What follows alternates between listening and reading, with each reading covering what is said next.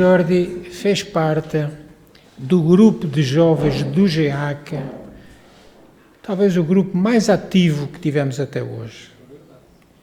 Junto com outras associações espíritas, como a de Leiria, do Paião, de Viseu e nós, eles chegaram a ter um grupo de arte espírita. Levaram à cena algumas peças de teatro que foram fazer às escolas e a outros sítios. Então foi um grupo formidável, que hoje ainda temos aqui sobreviventes, os quais nos dão sempre muito empenho e muito carinho por terem crescido junto connosco. O Jordi é espanhol, da Catalunha, mas estudou aqui em Coimbra, por isso ele teve aqui contacto bastante intenso connosco e aqui criou muitas amizades. Então é ele que, estando de passagem, lhe foi feito o convite para fazer a nossa palestra desta noite e que ele aceitou de imediato e por isso lhe agradecemos. Ele, lá em Barcelona, abriu o GEAC de Barcelona, uma casa que está trabalhando muitíssimo bem. Nós conhecemos pessoalmente, já lá estivemos mais do que uma vez e vamos acompanhando o trabalho do grupo com muita alegria, por ver que é um trabalho muito positivo. Resta-me só dizer que o Jordi é psicólogo e, portanto, ele utiliza essa ferramenta profissional para também orientar no atendimento fraterno e naquilo que seja preciso para dar conhecimento da doutrina espírita. Jordi, com a palavra. Boa noite a todas, a todos. Obrigado, Fernando. Obrigada, Leonor. É verdade, ela é a minha mãe desde há muitos anos, mas é a mãe de todos, penso eu. Ela sempre está a cuidar de nós, atenta para todos. E esse amor que eu levei há 25 anos para Barcelona foi a gasolina, a energia que fez abrir o grupo espírita lá, em Barcelona, para dar um pouco do que eu recebi aqui, não é? Com a Leonor, com o Fernando. Então, a minha gratidão é infinita. É infinita. O que aqui aprendi com eles, com a Mônica, o Miguel, o Pedro, a Tirsa, esse grupo de jovens. Temos de colocar um placar, qualquer coisa, uma fotografia. Foi maravilhoso. E para mim, estar aqui é uma felicidade imensa, imensa, imensa. Esta noite apresentaremos uma muito bela passagem do Evangelho. A da mulher que sofria de uma hemorragia crônica. Os evangelistas chamam-na a hemorroísa. E tenho encontrado na internet duas formas de escrever a palavra hemorroísa, destas duas.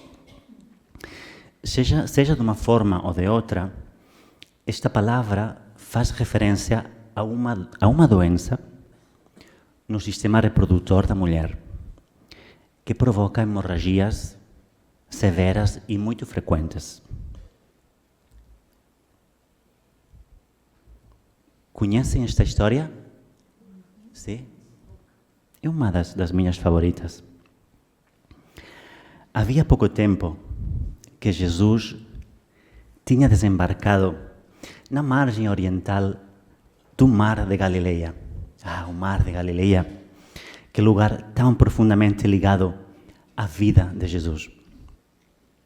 Estava aí com o objetivo de anunciar a boa nova nas cidades da Decápolis. A Decápolis era uma região composta de 10 pequenas cidades-estado, todas elas governadas pelo Império Romano, e entre elas se encontrava Gadara. Gadara está próxima do Mar de Galileia, do rio Yarmouk, que é o maior afluente do Jordão. Um pouco mais ao sul encontramos Gerasa. A narrativa que apresentamos hoje acontece numa destas duas cidades. Marcos refere-se em Gerasa, enquanto Mateus a situa em Gadara, que para mim parece mais provável porque Gadara está mais próxima do Mar de Galileia, um elemento geográfico que aparece na narrativa. Dias antes do encontro com a hemorroísa, os discípulos tinham assistido a um acontecimento que os deixou boquiabertos. Um homem selvagem, violento, que costumava andar entre os sepulcros de noite e de dia, possuído por um ou mais espíritos malignos, teve um encontro com Jesus que surpreendeu a todos. Os habitantes de Gadara ou Gerasa prendiam-no com correntes e grilhões para evitar que fizesse mal aos outros ou a si próprio. Mas com uma força desumana, libertava-se com facilidade. Passava-se o tempo todo a gritar como um louco, com as roupas rasgadas e sujas, no cemitério e pelas ruas poeirentas da cidade. De momento, o meu português dá para entender? Tá bom. O endemoninhado gadareno, ao ver o mestre de longe, quis assaltá-lo violentamente, mas, diante do seu magnetismo imponente, caiu de joelhos para o chão. Jesus deteve-o com um simples gesto. Espírito impuro, sai desse homem, ordenou. Não te metas comigo, filho do Altíssimo, respondeu o espírito, assustado. Suplico-te por Deus que não me atormentes. Qual é o teu nome? Chamamo-nos Legião, porque somos muitos. Mas, por favor, manda-nos para aquela vara de porcos. Suplicamos-te, não nos destruas. E assim aconteceu. Possuindo ou incorporando os pobres porcos, os espíritos levaram-nos até um precipício que desaguava no lago, onde se afogaram. Após esta cena impressionante, perto das águas serenas do lago de Tiberíades, o mar de Galileia, Jesus não queria permanecer muito mais tempo ali. Desejava regressar a Nazaré para estar com a sua mãe e descansar. Mas antes de partir, justo à margem do lago, um grupo numeroso de seguidores o esperava ansioso, porque queria ouvir as doces palavras do Mestre e sentir a sua presença que os aliviava a alma. Agrupados em torno dele, o Mestre começou a ensinar. Queridas irmãs, queridos irmãos, dizia. Mas não deixaram continuar, porque apareceu inesperadamente um dos chefes da sinagoga, chamado Jairo, que o procurava muito aflito. A sua filha estava gravemente doente e nenhum médico tinha conseguido curá-la. A morte parecia inevitável. E quase ia a contratar, melhor dito, as pranteadoras e os músicos para o funeral.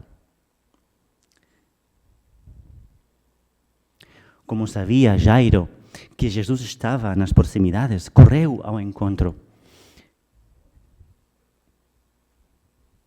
lançando-se aos pés de Jesus e exclamando trêmulo: a vida da minha filha está por um fio. Rabi, faz alguma coisa, rápido!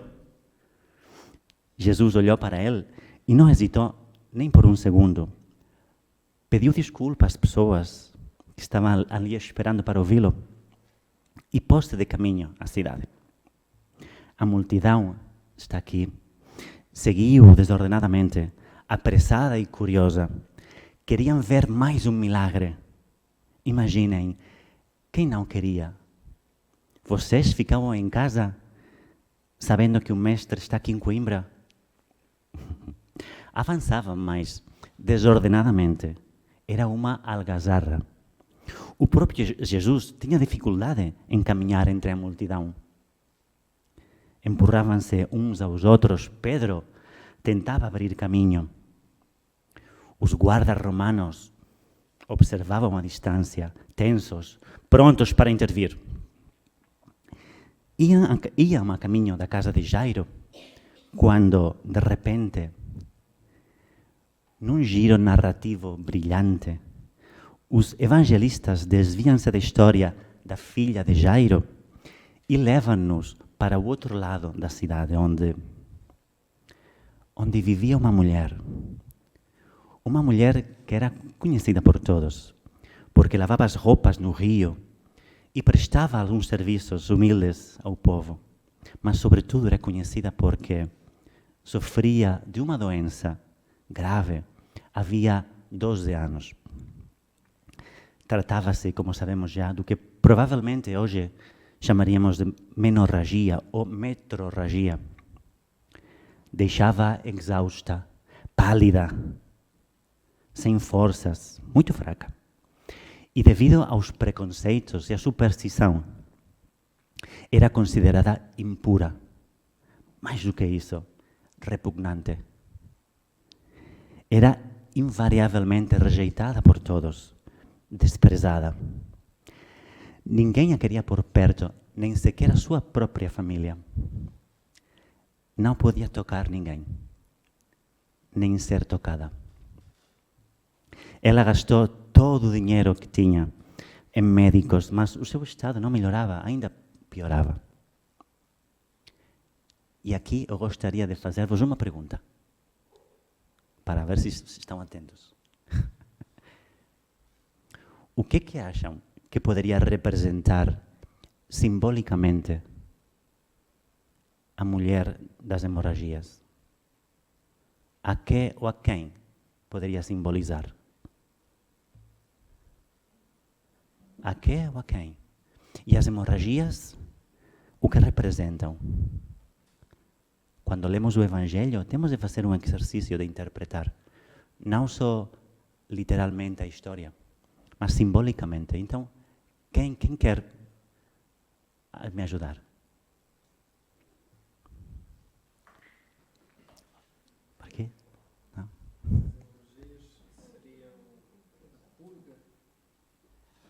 As hemorragias diz a purga, Miguel. Impurezas. O que mais?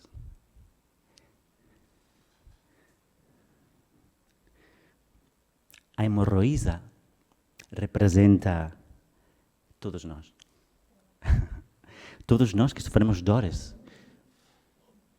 Ou não sofremos dores. Claro, ser espírita não nos tira das dores completamente. Das dores crônicas. A hemorroísa representa todos nós que sofremos os erros do passado nas nossas costas.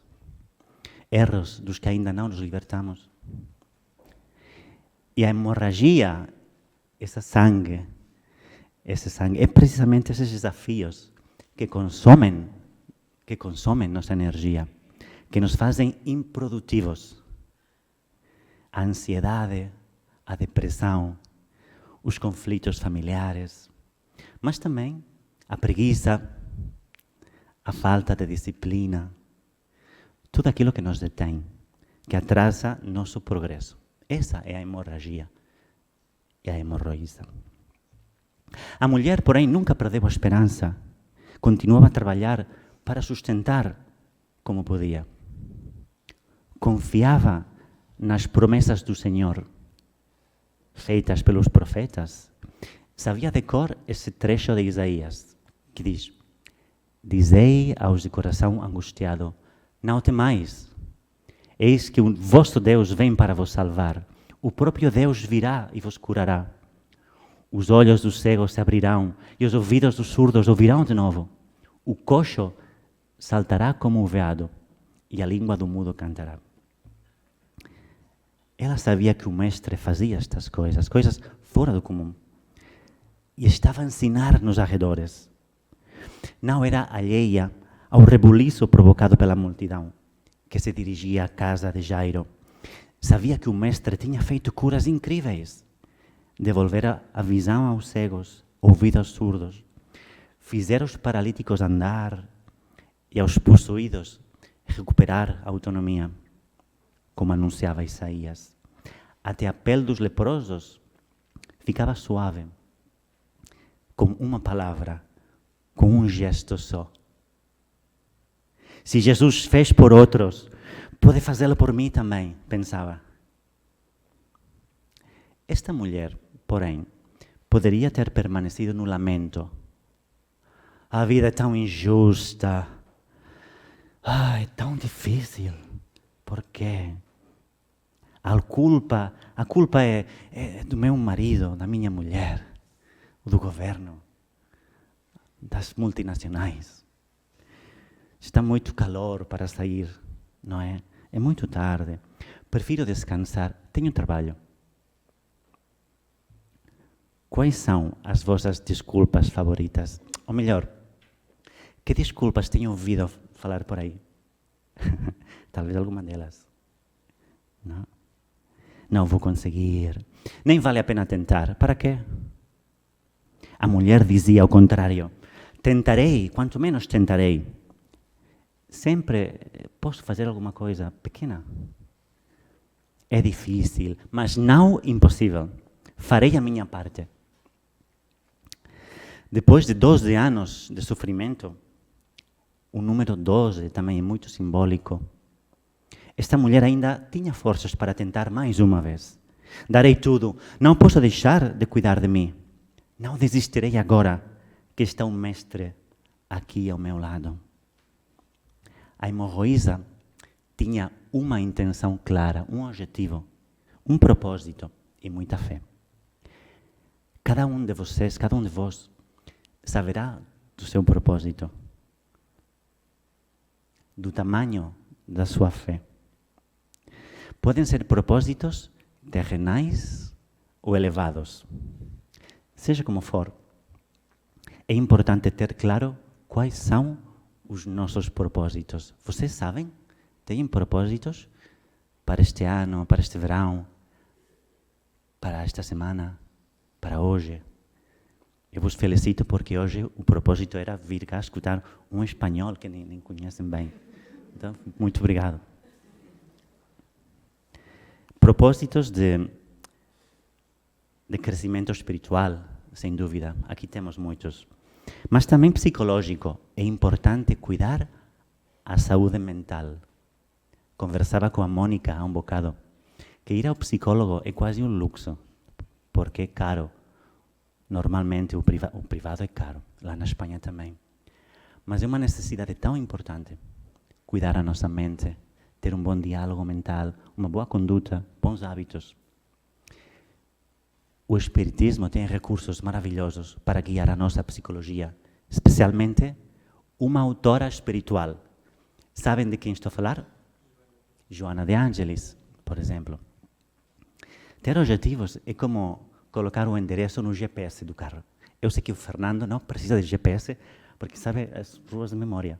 Mas eu necessito de GPS para ir ao hotel, para vir até aqui. Sem o GPS ficaria como? A dar voltas aqui, por ali, a perder o tempo. Mas também propósitos materiais. Por que não? O Espiritismo rejeita a matéria? O que acham? A menospreza? Não. É legítimo viver neste mundo material gozando das possibilidades deste mundo físico. Mas não devemos parar aí. Há muito mais. Como disse Joana de Ângelis, temos de verticalizar nossos propósitos. Não é linda esta expressão? Verticalizar. Havia uma grande multidão à volta de Jesus. Talvez centenas de pessoas, como aqui, às vezes. Parecia impossível aproximar-se, nem sequer um pouco. qualquer um de nós pensaria, muita gente, deixa estar, amanhã talvez volte. Para que tentar? É muito tarde. Mas nós, esta mulher, nem nós, que aqui estamos, ela começou a caminhar entre a multidão, com as poucas forças que tinha, abrindo caminho, empurrando, lutando por se aproximar, afastando todos os obstáculos, com a sua maior determinação, perseverando. As pessoas certamente olhavam para ela com estranheza. Mas o que ela está a fazer? Que disparate é esse? Para onde que pensa que está a ir? Está a perder o tempo com esses malucos discípulos de Jesus. Ir a escutar uma palestra à Casa Espírita? Que loucura é essa? E do no espanhol? Nem bons ventos, como é? Nem bons casamentos. Ler e estudar Kardec? Quem? Kardec? Fazer a caridade para quê? Não merecem. Já tenho ouvido. Que críticas têm sofrido vocês por frequentarem esta casa? O caminho espírita está cheio de críticas. Contem com elas, preparem-se. Mas ela estava numa missão.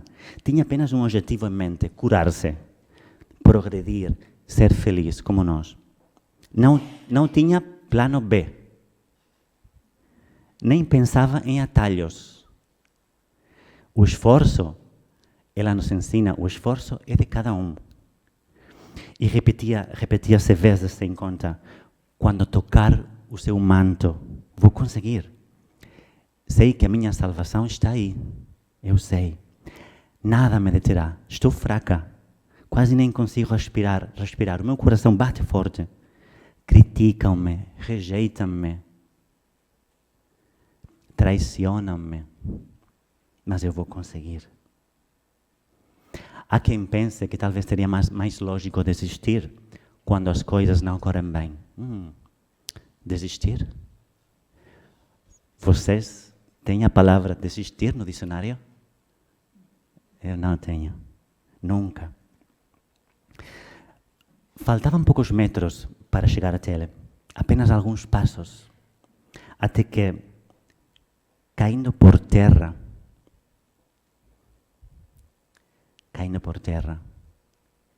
imaginem, esta imagem não representa exatamente aquele momento, mas imaginem a hemorroísa caindo por terra. Esticou o braço num último esforço e com a ponta dos dedos tocou o fio do seu manto. Que imagem mais bonita. Caindo-se. Sempre podemos dar mais um passo. Sempre. Sempre podemos e devemos caminhar mais um pouco. Ter um pouco mais de cuidado em fazer as coisas bem. Não regular, não de qualquer maneira. Uma das coisas que eu aprendi aqui com Leonor é esta. Entre outras muitas, é que se fazemos alguma coisa, por pequena que seja, tem de ser feita bastante bem, muito bem. Não é?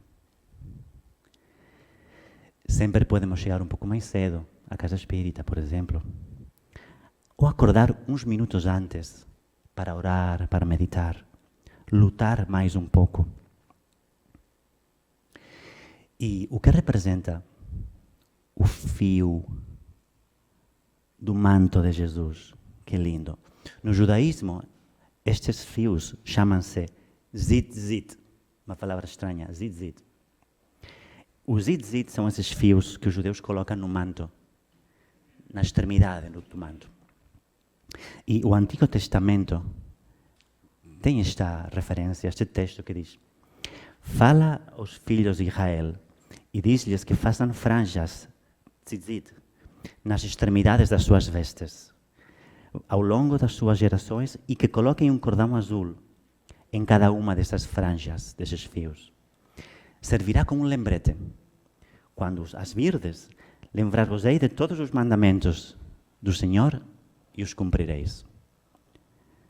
A mulher tocou um zitzit do manto de Jesus.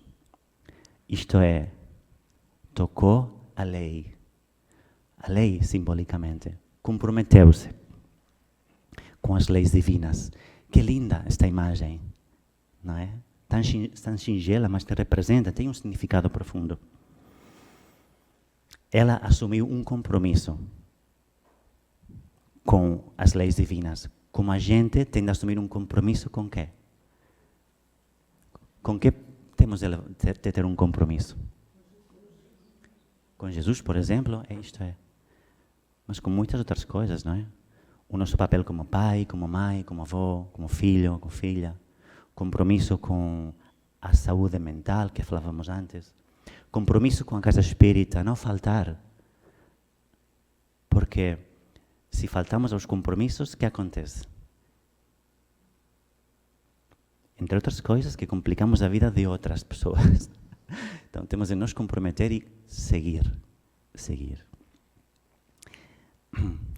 Ela ficou, sabem, imediatamente curada. Não no dia seguinte, nem na semana seguinte, não, foi imediato. Não ficamos todos aqui imediatamente aliviados, quanto menos aliviados, quando conversamos no atendimento fraterno com a irmã Leonor e os espíritos que a orientam.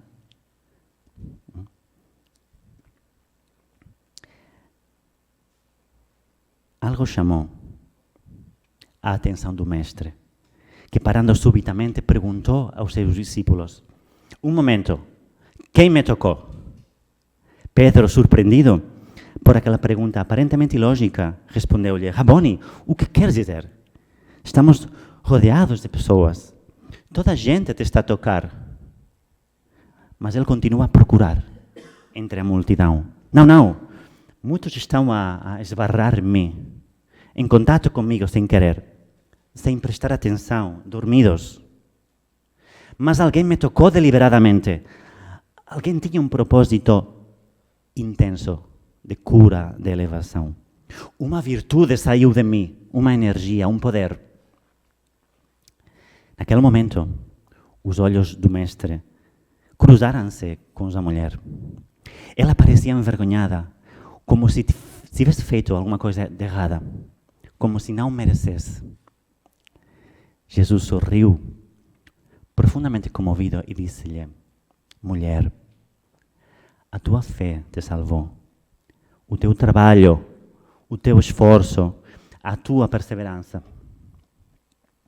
E é o que Jesus nos pede. Acabou dizendo: vai em paz, estás curada agora.